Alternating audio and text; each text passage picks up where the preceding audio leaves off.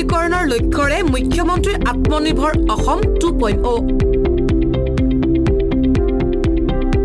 হাজাৰ হাজাৰ যুৱক যুৱতীৰে ভৰি পৰিল খানাপাৰা জ্যোতি বিষ্ণু কলা প্ৰকল্প মন্দিৰ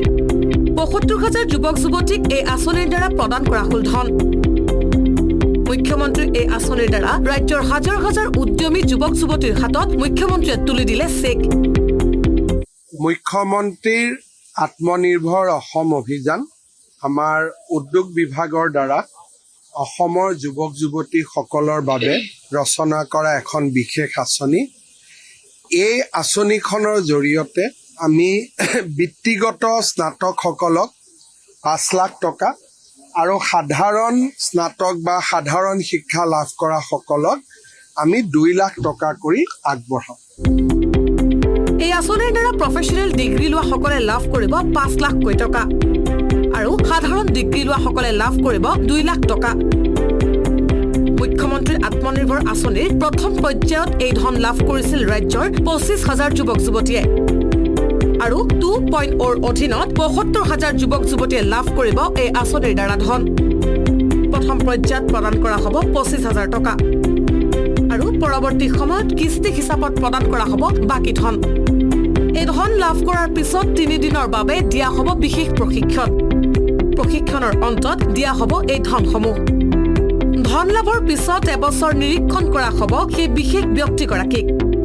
নিৰীক্ষণ কৰাৰ বাবে প্ৰতিটো সমষ্টিত থাকিব CM ফেলো আৰু আপোনালোকে যিটো ব্যৱসায় কৰিম বুলি বা যি উদ্যোগ স্থাপন কৰাৰ সংকল্প লৈ পেলাই আমাক আবেদন কৰিছিলে সেই কামত পুঁজি আমি বিনিয়োগ কৰিছো নে নাই বেংকৰ লগত ভৱিষ্যতৰ লোনৰ বাবে আপোনালোকৰ সম্পৰ্ক কেনেকৈ কেছ বুক মেইনটেইন কৰিব লাগে কেনেকৈ বেংকৰ একাউণ্ট মেইনটেইন কৰিব লাগে এই গোটেইবিলাক এই CM ফেলোজনে আপোনালোকৰ লগত একেলগে কাম কৰিব অৱশ্যে এই আঁচনিৰ দ্বাৰা ২ লাখ লাভ কৰা সকলে ৫ বছৰৰ ভিতৰত ঘূৰাই দিব লাগিব ১ লাখ টকা আৰু ১ লাখ টকা হ'ব ৰাজসাহায্য ২ লাখ টকাৰ ১ লাখ আমি প্ৰথম পাম পিছৰ ১ লাখ যি আমি ল'ম বা টোটেল ২ লাখ টকাৰ ১ লাখ ই ৰাজসাহায্য হ'ব আৰু ১ লাখ টকা সৰু সৰু ইনষ্টলমেণ্টত আপোনালোকে ৫ বছৰৰ ভিতৰত আমাক ঘূৰাই দিব লাগিব এই আঁচনিৰ অধীনত ক্ষুদ্ৰ উদ্যমীসকলে উপকৃত হ'ব বুলি মন্তব্য মুখ্যমন্ত্ৰী হিমন্ত বিশ্ব শৰ্মাৰ আমি প্ৰথমবাৰ ২৫,০০০ যুৱকক এই আঁচনিৰ দ্বাৰা সুবিধা দিছিলোঁ আজি CM AAA 2.0 যাৰ দ্বাৰা ৭৫,০০০ যুৱক যুৱতীক আমি ২ লাখ টকাকৈ আগবঢ়াম